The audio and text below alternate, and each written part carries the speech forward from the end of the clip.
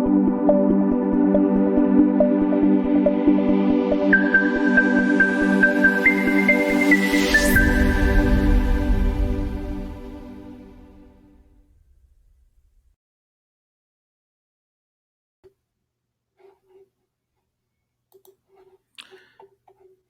afternoon, everyone. This is Amir Ismail from Toronto, Canada.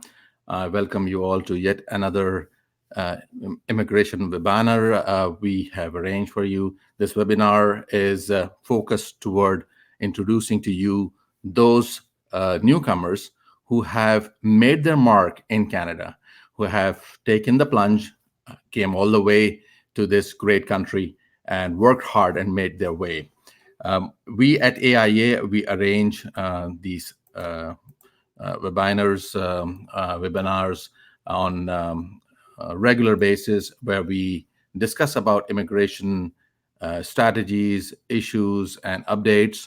But we also understand that in our 28 years of experience in immigration consulting industry, we also need to focus on the real need, the real issues that immigrants face when they come to Canada. And what best could it be coming from those who have already made their mark in Canada, who have been successful. Newcomers and immigrants like you play a key role in making Canada strong and prosperous, and your contribution to Canada's rich cultural diversity enriches our social and economic lives and enhances this country's creativity, innovation, and connection to global networks. We understand that moving to a new country can be overwhelming and will include many questions. So let us make your transition easier by providing you with trusted advice and resources to help you get off to a great start. So we love Canada and hope you will too. We know you have a lot to do before the big move, and you may be feeling a bit overwhelmed. We at AIA not only assist you in immigrating to Canada, but as a Toronto-based firm, we offer some advice and resources that could make your journey a little easier. And the goal of these interviews that we are arranging with successful immigrants to Canada is to facilitate the understanding of people interested in immigrating to Canada regarding their social integration, introducing concepts of dynamics in the Canadian context, which may help overcome barriers to social and economic integration. So today we have a very special guest with us. He's an experienced immigrant, I would say. His name is Mr. Azad Ahmad, and he is based in Kitchener, Ontario. It's a city in Ontario, very close to Toronto. Mr. Azad came to Canada in 2004. From Pakistan, he completed his BSc Honors Agriculture and MSc Honors in Food Technology from University of Agriculture, Faisalabad. And he had commendable experience working in reputable food processing firms for around 12 years in Pakistan, such as Halib and Far Eastern and Cargill, the fruit juices company. He was awarded a scholarship for an MBA in the UK through Chevening British Council program, and in 2000 he applied for immigration and made the big move. He came to Canada, and in Canada he applied to many food companies but could not get a suitable job. But then we will hear from him as to how did he overcome all the barriers he came across so that you can also benefit from his tips and his advices. He also wears various hats where he changed his career altogether, and that shows his ability to transform, to adapt to the need. And it's a great example. We will be learning from him many things today. So let me introduce to you Azad Ahmad, and let's talk to him. Thank you. Yes. Hello. Thank you for how is the weather in Kitchener? Yes, it's nice. It's raining today, and yes, enjoying it. Yes. At least no snow, at least. Yes. Okay, wonderful. Okay, so before I start posing questions to you, I would request you to please provide us a brief background. I try to do it, but I think I have not been able to do justice to your list of successes and accomplishments in Canada.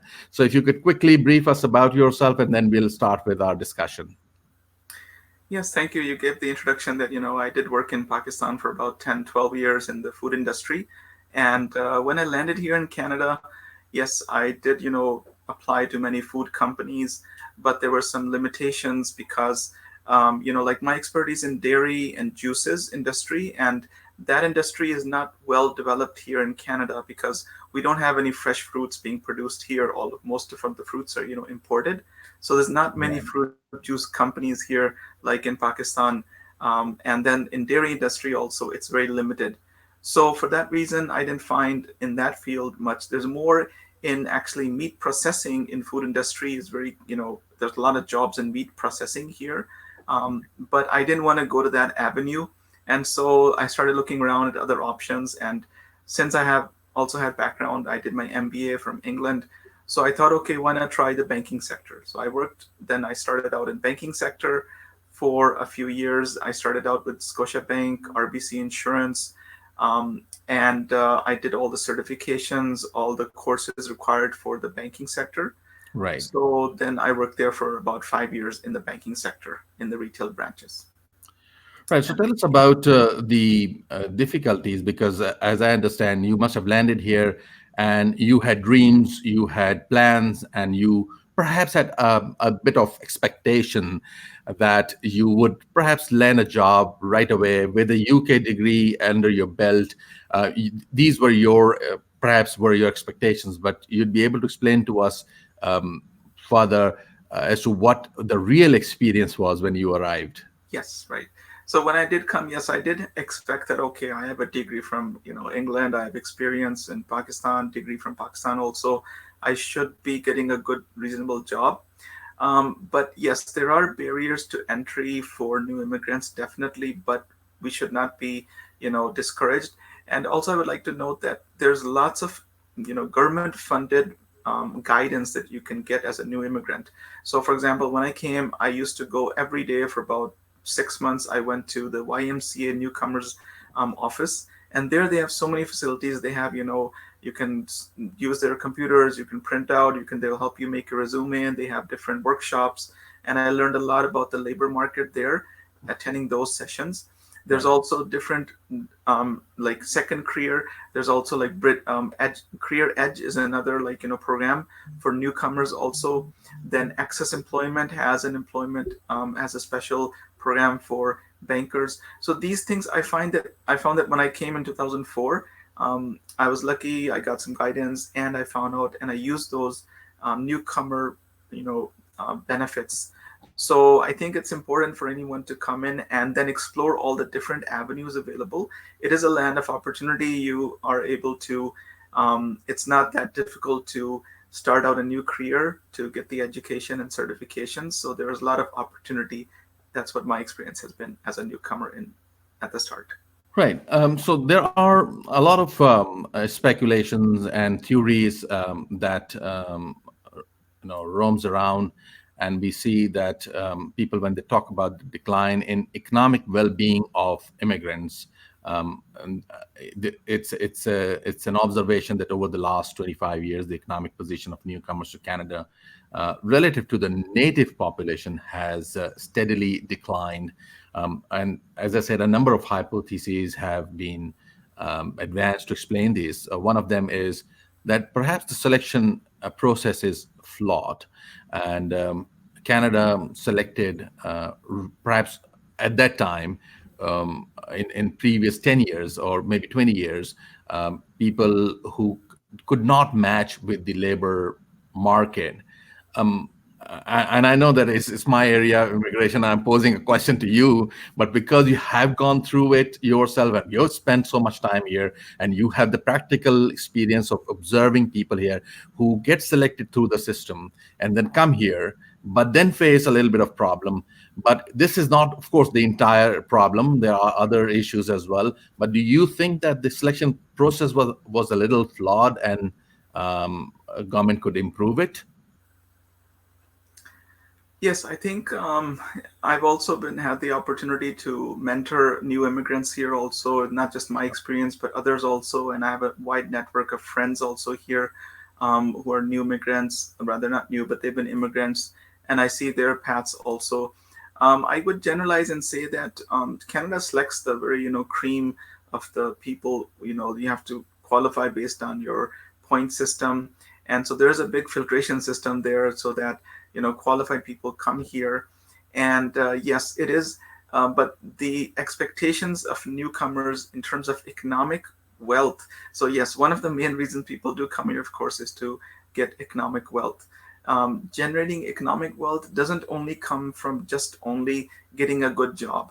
You also have to have other aspects. You need to know about financial planning. You need to know about taxes here, saving for your future, for your retirement planning, saving for children's education, and then also be understanding about insurance aspects.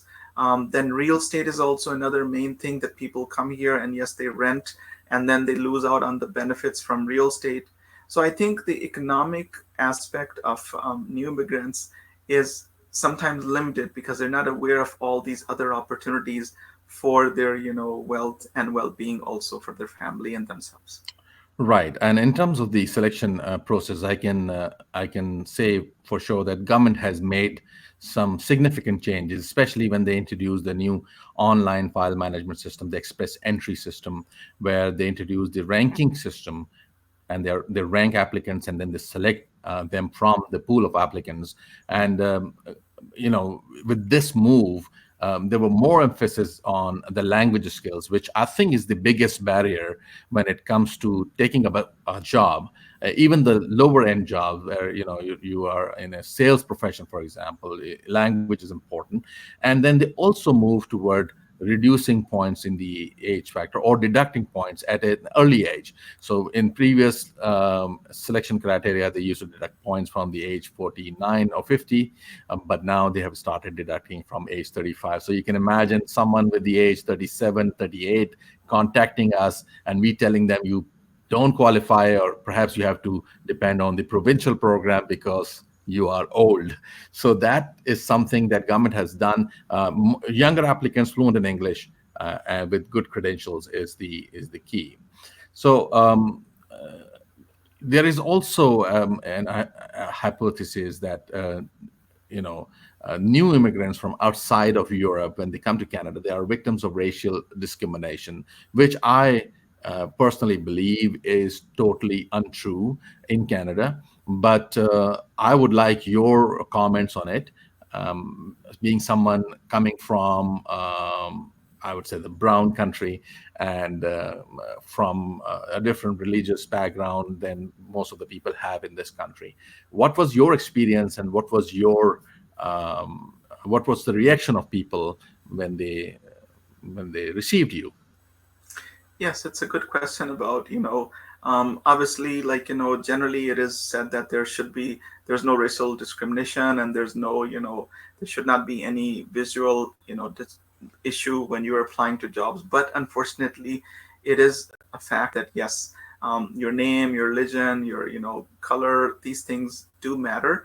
But the barrier, how to overcome that, how I've overcome that is number one is I think when people come here to Canada, new immigrants, they stay in their own community. They only live with their own like population, like Pakistanis will live in Thorncliffe area and this and that, right? So they don't interact with the local people to that extent. And Right. then this language. So number one is the language, your English, your accent, and then also the slang words. You don't get used to those. The way you talk and then the way you write, also your email, how you communicate.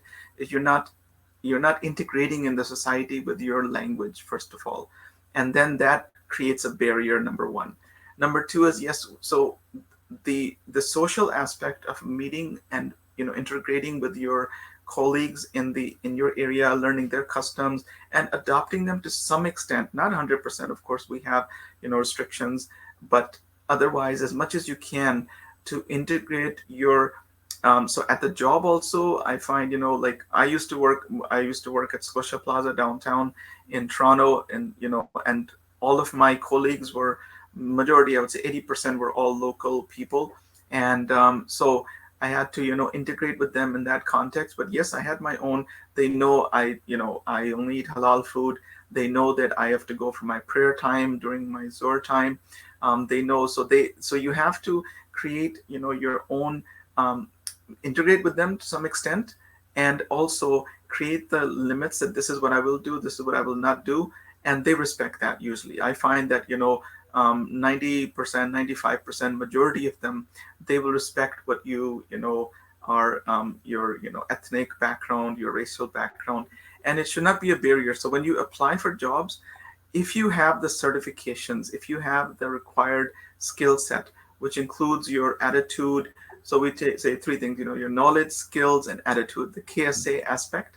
If that meets the criteria, then your racial background is not an issue.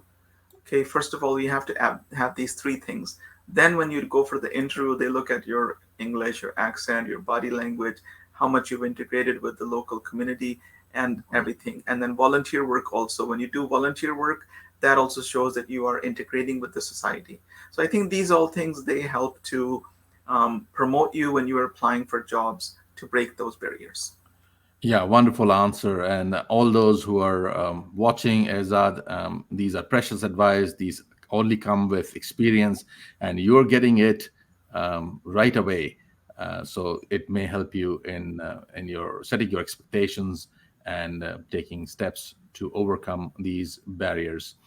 Okay, so there is also a general assumption that Canada's it's a welfare state, right? And Canada's social programs they create such huge incentives that conflict with the Canadian employment objective, where people would just gather, they tend to or inclined to get the incentive and they don't go to workforce. How true is that? Or do you think that some people do that? And of course, after your answer, I'd also add my 2 cents to it. Yes, definitely. Yes, Canada has a lot of benefits for people who need help in terms of welfare. We have community housing here. We have different funding for low income people. And yes, initially, when you are low income, then it is okay. You're using those benefits, but I think personally, my objective has been to earn a good income respectfully. And Right. respectfully meaning, in order to create respect, number one, in front of your family, your children, so they feel that okay, you're working and you're earning money in a respectful manner. Right. And secondly, your friends and community also.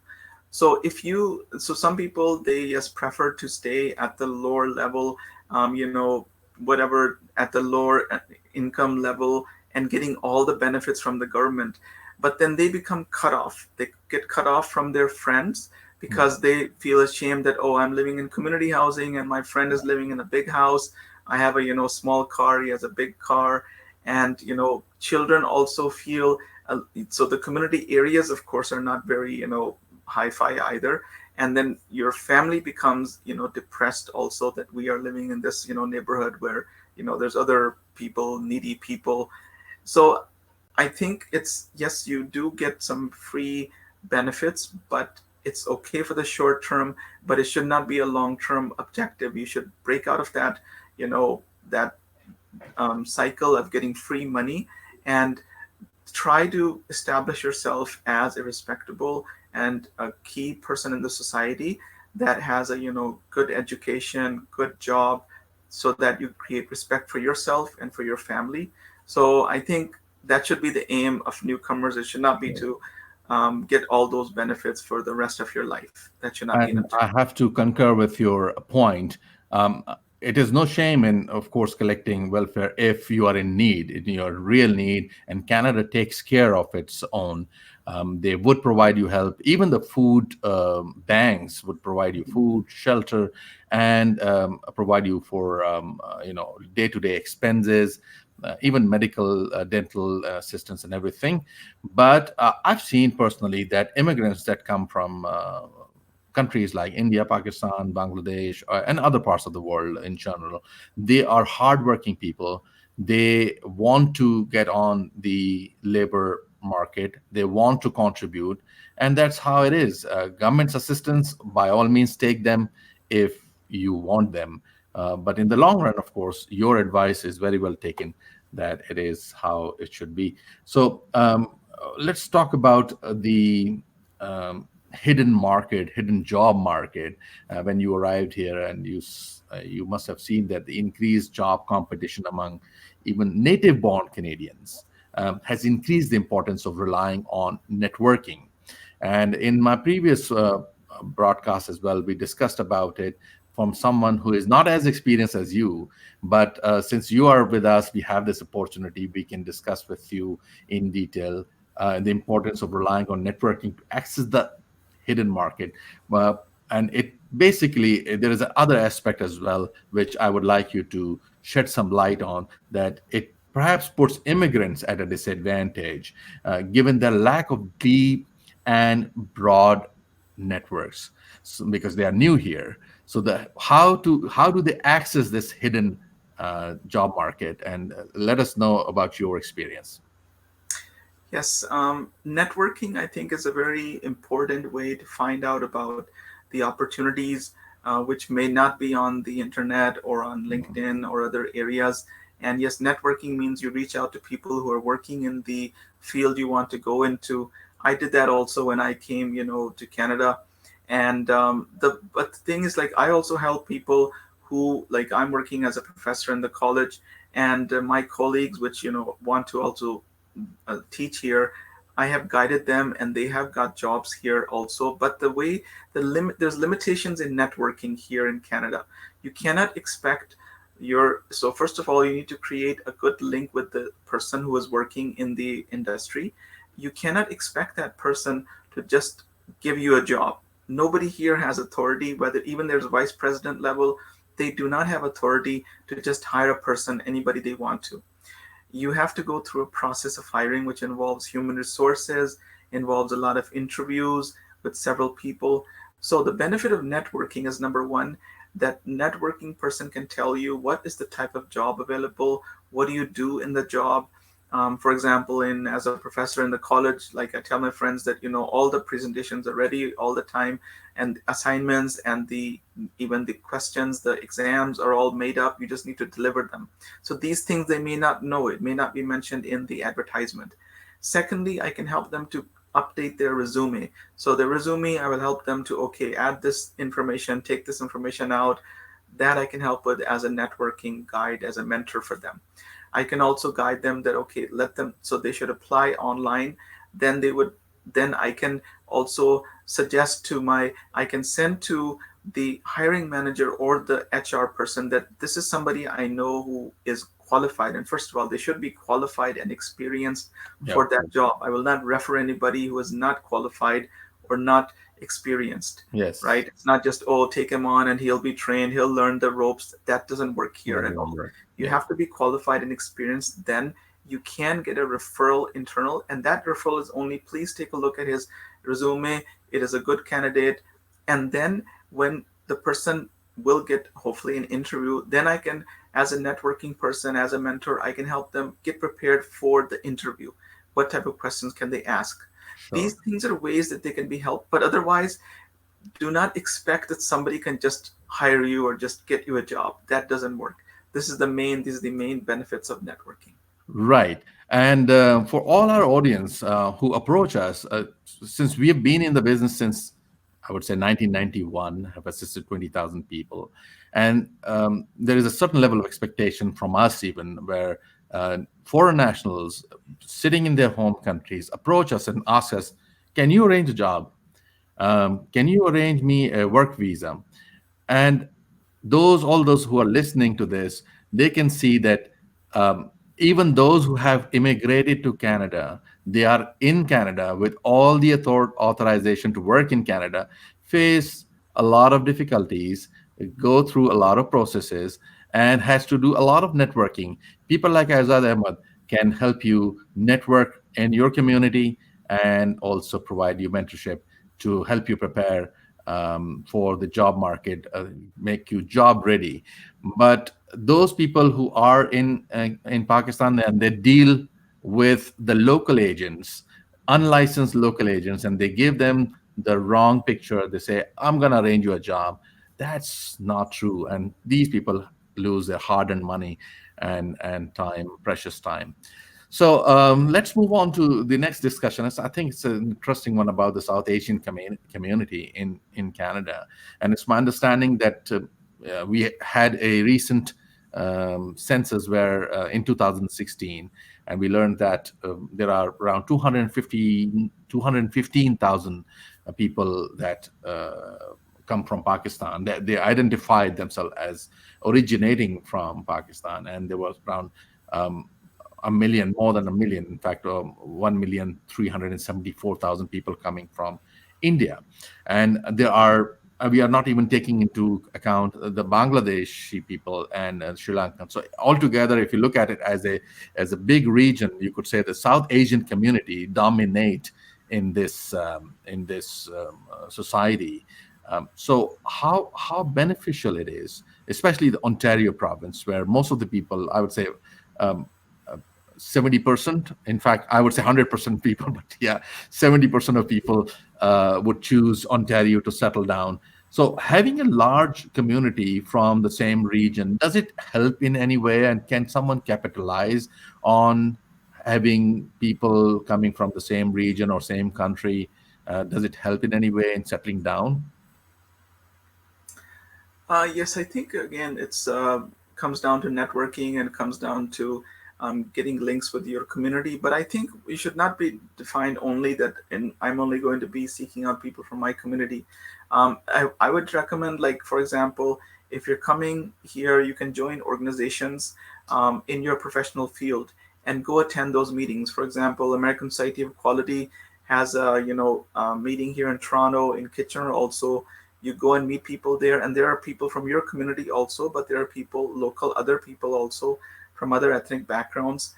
And but the common thread there is that they are in the same profession or same area as you. So then that I think is much more beneficial. Of course, there is a big benefit that even I'm in like Kitchener. This is 100 kilometers out from Toronto, and there's so many Pakistani Indian restaurants here now, new opening up, and that is a good thing. That anywhere you go, usually you will find your ethnic food. You will find your ethnic other community also. But I would stress that we should not limit yourself to only your community. Yes. Try to more better to try to coordinate with people in your same. For example, if you're in banking, join some group which are bankers sitting together, or quality aspect, then join that. If you're in food industry, then there's food associations also. Become a member of that, go to their events, and that's better, I think. Yeah, I think building rigid boundaries around yourself is actually harmful, and it stops growth. And of course, you talked about people not being able to uh, improve their language skills because they live in ethnic enclaves, and they are sort of ghettos and enclaves, whatever you call them, and that's why they can't enter into the stream. So as I've seen, like, it's Canada, unlike America, is not a melting point. It's basically, I would say, a mosaic where um, we are part of the Canadian fabric, but we also maintain our identities. So that's the beauty of multiculturalism. You are together, you are Canadians, but you also have your own personal identities, and everyone respects that. So this is it's a good country to live in with this. So with that point, this just strike me. This question just came into my mind that you have spent time in the UK, right? It's 1 year, yes, for study, yes. Yeah. So how's the life different in Canada than in UK, and what is the attitude of people toward aliens, right? Immigrants, people who come from outside in both the countries. If you could give us a quick comparison so people would know um, what to expect in Canada. Yes, I think, I mean, it's a good question. I went there for 1 year for my MBA, and I was a student there. I really didn't work there, and like I've lived there 1 year. Here I've lived 14 years now. So, but as far as my exposure is to England, to UK, I did travel around to the different cities and all, and I feel that there, yeah, the local people are a bit more, I would say, not so social, not so much friendly, not so. I mean, my experience is that here the people are, once you get to know them, you prove that you're qualified and experienced, and you have the knowledge, and they respect you a lot more here than compared to England. That's what Right. my experience is. Yes. Okay, so yeah, so there is a clear distinction, I would say, that the attitude of people in Canada toward immigrants is different. They are more welcoming. They embrace newcomers, and they help them as well. Yes. Most So of them. Yes. I understand, and I said that in the start of this meeting about your flexibility. When you came here, of course, you worked hard, you did the networking, you tried to enter in your field, but then something happened. It came to you that if you are flexible, if you even change your career, your path in Canada, um, you could still make it. So what happened there? Tell us about your flexibility and your change of career and the 2 3 careers that you successfully lead in Canada. Yes, so that's a good point. So when I came here to Canada, I had and education for based on food processing industry. So I couldn't get a job there. So then I said, okay, let's try banking. So banking, I did all the certifications, I did all the courses. So after 5 years in the banking sector, I felt I'm missing out on something. I have a lot of like 20, 25 friends in the food, from food science background from Pakistan. And I Right. felt that I need to find a common. Okay, then I thought, what is the common elements between food industry and banking? So I realized that the common element there are two. One is project management, and second is quality or quality improvement or Six Sigma business process improvement. Right. So these are both things which are applied to every industry. You Right. can improve a business process in manufacturing and in banking also. You can work on projects in banking and also in food industry. So I did those certifications in 2012, and those really helped me a lot. And so because of those certifications, I was able to work in Scotiabank International in project management and also in business process improvement. And because of that, I also worked in Sun Life Financial also in business process improvement and project management. And currently now I'm slowly coming back again. Now in the last 1 year, I am a professor in Conestoga College, and I'm teaching courses on in Institute of Food Science and Technology on project management and also on quality. And I'm also teaching in engineering these courses as well as School of Business. So now I have the opportunity to share my knowledge, and that way, so my Mm. career, I would say, is like a hamburger. One bun is food science, the other bun is banking and financial, and the patty in between, the common thing that I put in between, has been quality assurance and also has been project management. So that way I've sort of made my career as a combination of both. So you need to look for common elements. If you first, be flexible to change your career. Right. Secondly, look for common elements between your previous career and the current one, and see how you can merge them together. So that's my experience, and that's what I've been able to do. Well, sky is the limit in Canada. Procrastination doesn't have any room in this country. You don't really have to work very hard, but you have to work smartly, and you have to have a defined goal. And you had that goal of succeeding, and you, of course, work really hard for it. So, coming to your one of the other roles that you play, and that actually I consider it as a community service as well, although it's of course your career, where you help people in getting their accommodation, their housing, their houses. And I understand that people new to Canada, they contribute significantly to real estate demand. My understanding is that they contribute so much so that 1 in 5 homes in Canada are bought by newcomers. And it is also my understanding that newcomers spend about 3 years in Canada before buying a home. So they take a little bit of time, and then I would say 75% of newcomers arrive with savings or cash to help buy a home. You, being an expert and a specialist in real estate investment, would be able to guide us further. We know that Canada is a country of immigration, and we know that newcomers to Canada are important. And living here, one of the goals they bring in is, and what is surprising is that it is very important for these newcomers to get their home, and that's one of their goals in addition to getting an employment. So many newcomers coming to Canada are focused on owning a home, we can say. And depending on the region of the country, almost all newcomers arrive with the necessary funds to purchase a home.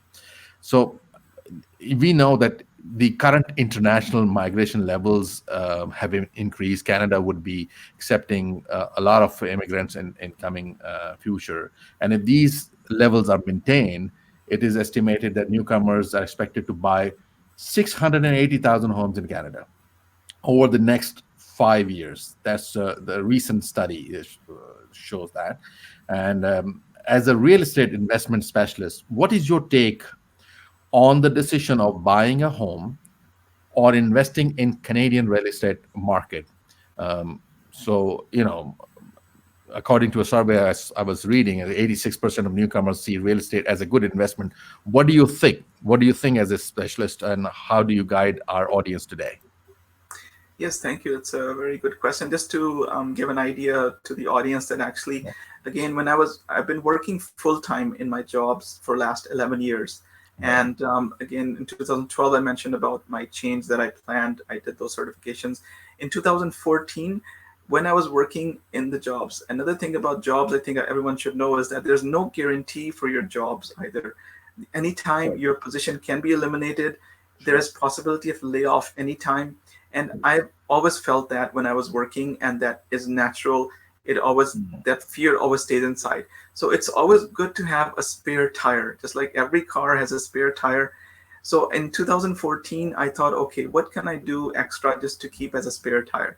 And I decided to get my real estate license in 2014. And it's very difficult. I know in Pakistan, anyone can become a property agent, but here you have to pass 6 examinations. It Right. takes a year to become a property agent or a real estate agent here in Canada. So it took me about a year part time. I had to do 6 examinations, courses, and finally I got my license in 2014 and 15. So when I was working full time, I was only doing a few, like one or two, three, four, deals in a year, not a lot. Now, recently, since I moved to Kitchener here, last 3, 4 years, I've been more active. And now, since I'm working part time in the college, and also I have this real estate business, so I've expanded my business. And so now, so I found it very useful indeed. So this is another advice actually for your, people coming to Canada. Look Mhm. for the best job, do it, apply for it, but also keep a second business or some other idea in your back pocket. You never Right. know when it will become handy. And I found, for me, real estate investing has been very, useful. I myself, I have also rental property. I've advised a lot of clients for buying homes. So yes, when newcomers come to Canada, first thing is, yes, they start renting out, and usually first year, yes, 2 years, you're renting with the family. But rental rates are also very high in Toronto. Even if you're going to rent Yes. an apartment or a home, it costs you a lot of money, $1,500, $2,000 monthly.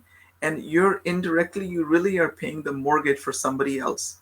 You're Yes. paying their mortgage for them indirectly. Right. And if you calculate the cost of buying your own home, and paying the mortgage, and then it's not just paying the mortgage, calculate the benefit of potential increase in equity, the value of your home prices have been going up here in Toronto significantly. Outskirts also, here I'm in Kitchener, here also 7 to 8, sometimes 10% homes have been increasing here also in value. So Right. after a couple of years, if you calculate the value of the increase in the value of the home, Right. and you calculate the actual saving that you've been put into your home, it really works out better for you in the long run. Right. So I think it's a good idea for people, if they're coming here, to think about, weigh both the benefits of owning versus renting. And also for first time newcomers, also you do get a benefit for first time home buyers. The government gives you some incentives also for that purpose also. And then if you're thinking about investing also, there also it's a good idea to plan for your future. It's a forced saving. Basically, real estate is a forced saving. When you even I still have I'm here 15 years. I have mortgage also still on my homes, but it's okay. It's because its value is increasing and I'm paying down my mortgages.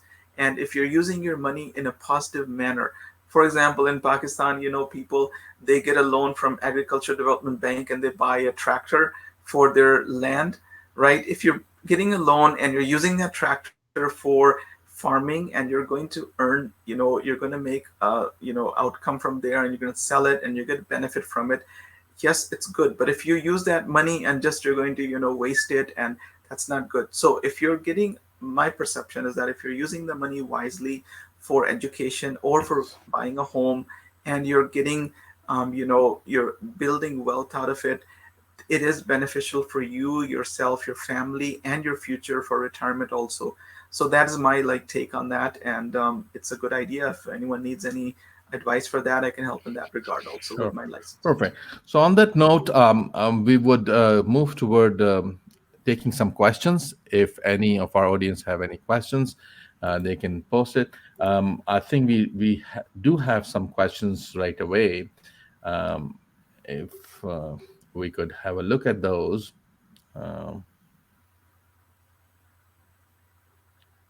okay, so I think we can add few of them.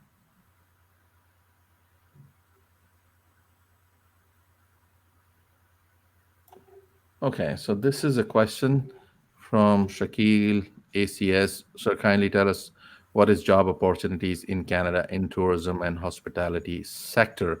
Now, I think Azad, you might be able to answer that. I know that it's not your industry, but it's generally when someone who is not in Canada asks this question, and I purposely added it because it might benefit other people as well. What would be the outcome of their efforts in trying to get a job from outside Canada? But I think the question might be, of course, it could be that someone who immigrates to Canada, and then what is the outlook? So as far as I know, example I can give again about our college, Conestoga College. In hospitality, we have a brand new huge department which is for hospitality. And in hospitality and tourism, specifically, more focus is on restaurant industry. And in restaurant industry, a big demand is for chefs.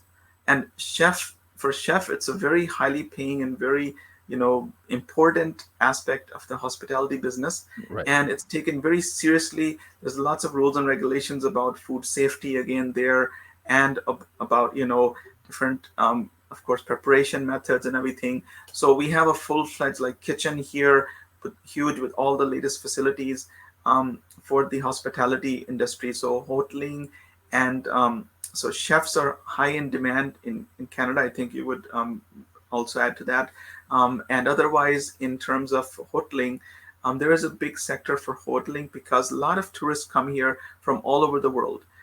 There's visitors from every country come to Canada, especially in the summer months, not more in the winter months. But in summer months, we have a lot of influx, and then so there is a lot of opportunities, I think, in both tourism and hospitality. Yeah, and I was reading a recent Toronto Star report where they showed that Toronto has been able to attract a number of tourists, and they are contributing significantly to the economy of this city and in general for Canada. So there's another question which is interesting, from Amar Darag, and he says, "How to get work experience, even if you have international or local experience, if recruiters ask for Canadian experience." So there are two aspects. If someone who is based outside Canada and the recruiter is asking for Canadian experience, of course, the recruiter is saying, "We don't want you if you don't have Canadian experience." But what if someone is who's already in Canada with good experience, like yourself, and you came to Canada, you had good verifiable experience with renowned companies, And when someone asks you, do you have Canadian experience, or do you have Canadian education? How someone, a newcomer, should respond to that, and what should he or could he do to overcome this barrier, I would say. Yes, it is. Yes, that's a good question about Canadian experience. So when you apply for jobs here, yes, they do look for Canadian experience. But if you don't, the key things to mention on your cover letter Right. are two, three things. Number one, on your cover letter, you have to mention that number one, I am trainable. I am able to be trained quickly and easily, and you can prove that you have already undertook some trainings or some courses.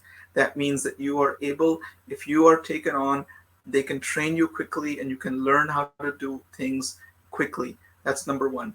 Number two is that you are a team player. You need to show that you are able to interact with different people in a positive manner.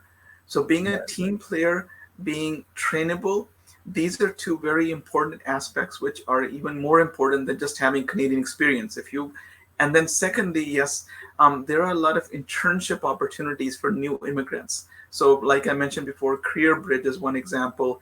And then there's other government funded internships, co-ops also for new immigrants that you can get. So to get that Canadian experience, so you're able to um, work a little bit in your field. And secondly, even doing a survival job, if you're working at Tim Hortons at a coffee shop, you're working there, you're meeting with people, you're talking to people, you're understand their needs, and you communicate with them properly. That is also an important Canadian experience. It People here don't mind writing on their resume that I worked as a sales agent in a shop or as a Tim Hortons person. So these all things help to cover that up, that Canadian experience question. Yeah, and I understand the Kenyan government actually have bridging programs, and they have programs where they would encourage people to work for an employer voluntarily, and people do that, although they don't get paid, but they still do it because that helps them to put Canadian experience on their resume. So that is something that can also be looked into. Um, in your initial days. We have a few more questions. Some of them are related to immigration. I'm gonna um, try to figure out if there's something that. Um, okay, so there is this question very relevant for you, Azad, coming from Zia Olak Farani says, what opportunities are there for newcomers to buy property in Canada? We just covered it, so we don't have to go back. But the next part is, you mean that bank approve mortgage easily? So it's a very, very good question about approval of mortgage. And I'd also pose some questions from my side. But before that, please try to answer this and benefit our audience. Yes, so yes, I worked also in the bank as a mortgage agent also. So I have some idea, but I'm not licensed for mortgages right now. I can't Right, give you particular advice. Every person's situation is unique. right, However, generally, I can give you an idea that for mortgages, yes, number one, when people come to Canada, it's really a good idea to get $1,000 credit card yes, and use that wisely.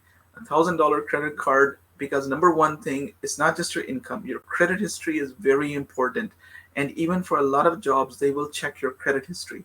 So number one is to get $1,000 credit card, use it, pay it off, use it, pay it off. That builds your credit history. Okay, and that's number one thing. Number two is, yes, you need to have some income. You cannot just come here with no income and buy a home. You need to have, so that income can be some supporting income for your, of course, home. Then, based on your income, household income, also your missus, also if she's working, her income, your income, both of your good credit history, and then how much down payment you have. You need to have, usually at the beginning, it depends on every person, at least 5%, sometimes 10, 20%, depending on how much you have available. There's different, home prices. In Kitchener, our average price is $600,000 for a home. In Toronto, it's like $850,000 is the average price. So you need to see what type of home you want, and based on that, then you need to do credit application. And the banks have special criteria for new immigrants. They understand that new immigrants, they if they have a good credit history, they have a reasonable job, and they have some down payment, then yes, it is possible. There's different rules for new immigrants for getting a mortgage. So that's as far as I can give you in that context. Yeah, and I understand that for first-time home new buyer, they have incentives, and the re-elected government, although with the minority this time around, they also during the election campaigns promised that they're going to make it even more convenient for newcomers to buy Yes. a home. So let's And this see is a how it. big benefit. And this is a big benefit in the Middle East. You cannot buy a home in many countries, right? You Yes. live there so many years and you don't get equal citizenship rights, and you cannot buy property, you cannot buy rental property. This is one of the big benefits here, which I think that people miss out on if they don't do that here. If you're just coming here for money and just for better life standard of living. So this is, yes, it is. I think it's a good opportunity to do that. Yes. Okay, and very quick question: there are a lot of people who come here in this country as investors or entrepreneurs. They are well-established businessmen in their home country, and they immigrate to Canada as a business person, and they establish a business here. They move their family here. They want to apply for immigration, but they are just starting out. Of course, they might have down payment, but when it comes to mortgages with these people, some of their income, in fact, the majority of their income is still being generated in Pakistan because they did not close down their businesses back home, and they're paying taxes there. And when they arrive here, they just started out on their business in the initial 2 years. Maybe the business is making some losses, which happens all the time in business. How do people handle this situation without putting down a large sum of money? Can they include their international income and show it here, or I don't know. I mean, you are in a better Yes. position because you've come Yeah, across this that's, yes, situation. people do that. There's lots of families, people working in Middle East, and their families are here, Right. or yes, they have businesses outside of Canada. So yes, the international income can be used for qualifying you for your mortgage here. That is allowed. There's certain rules about how much percentage you can use, or there's some other rules about it, and conversion into Canadian dollars, and then so yes, it is. You can use it. There are certain rules for that. Yes, it is available. Okay, wonderful. This is a very good advice. Okay, and there are a few more comments coming in. One of them, with your permission, I can add. With it relates to the immigration advice that if a person is already working with a Canadian employer since last 9 years, what is an opportunity for him to immigrate and ratio of getting his application? So I think, and the next comments actually clarifies that he's working remotely for the Canadian employer. So basically, it doesn't make any difference unless that Canadian employer has offered you a job and that job offer has been approved by way of a labor market impact assessment, or you're applying under a provincial program and that employer is helpful. Otherwise, your selection would be based on the established selection criteria. And you could get in touch with our office. We can make an assessment for you and let you know whether you qualify or not. But interesting comment, which perhaps you would enjoy from Akil, is that just to add, providing IT and digital marketing services to the Canadian, and the next and frankly providing digital market service mortgage professionals and realtors. So you two can get connected, and we'll share your information so you can perhaps help each other Okay. on that count. For immigration, of course, you can always feel free to get in touch. So I think that's about it. We have exhausted all the questions for the time being, but I can take this opportunity in the last 4 or 5 minutes we have to request you to provide any final words, any final advices, what the newcomers should be taking into account when they decide to come to Canada. And if you could share it with us, that would be wonderful. Yes, thank you. No, once again, it's been a pleasure to share my experience. And my main, I think, advice would be for anybody coming here is, regardless of what age you are in, be ready to do some certifications, do some study here, because any degree or any knowledge you have abroad, the rules and regulations are different for any field. every field, like even food industry. The laws here in Pakistan are different from Canada. Banking sector, the rules and laws in banking in Pakistan are different from those in Canada. Any field you're in, you have to, unfortunately or fortunately, you have to recertify yourself here. So my advice to you is, and I'm still doing it, I've been here 14 years. This year also I enrolled and I passed some courses this year also. If you look on my LinkedIn profile, there has been no year in which I have done any, some certification or some degree or some, course. And that always has paid me off. That has always helped me in one way or another. And so that is my advice to anybody who's seeking to come here. It expands your knowledge. It shows also that you are trainable, you are in a learning mode, you continue to, add on. And it's so easy also here. There's, continuing education courses you can take through colleges. You can do online study. You can go, evening classes also are available in colleges. There's so many other certifications, licenses you can do, just self-study. You just enroll and you just do study yourself. So that's my main, I think, message to everybody who wants to immigrate here. Um, Regardless of what profession you are in, whatever your knowledge experience is, be ready to do some courses here and continue adding on to your courses, and that will help you in the long run. Yeah, So that's doing a my bit of advice. research to know if your occupation is regulated or not regulated in Canada. Any profession that involves human lives is a regulated profession. Even real estate, it's a regulated Yes. occupation. It's not easy to enter in it, and you have to be licensed because you are providing that kind of a service where you need to be regulated. And regulation means that you are qualified to do your job and you can be relied upon, and that's how it is. And I understand real estate professionals, they also go through the continuous professional development, the Yes. CPD. Same is the case with us as immigration Yes. professionals, where we have to study immigration law and then maintain a $1 million insurance and do CPD, and it is all for the consumer protection in Canada. Mhm. So if you are interested in coming to Canada and work in a regulated profession, be ready to do licensing. One last question. We have 2 minutes. One last question that is of interest to you, Azad, is coming from Mr. Farani, and he's saying, "What do you recommend? The house should be semi-detached, detached, or a condo. What is your recommendation?"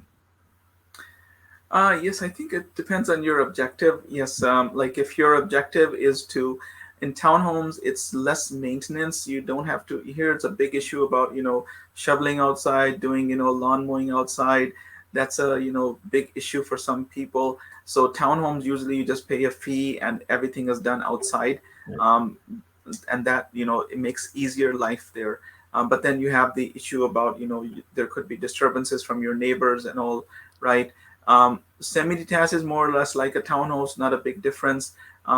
Detached, of course, again, it's more expensive. Detached home will be, depending on your budget, it is of course better.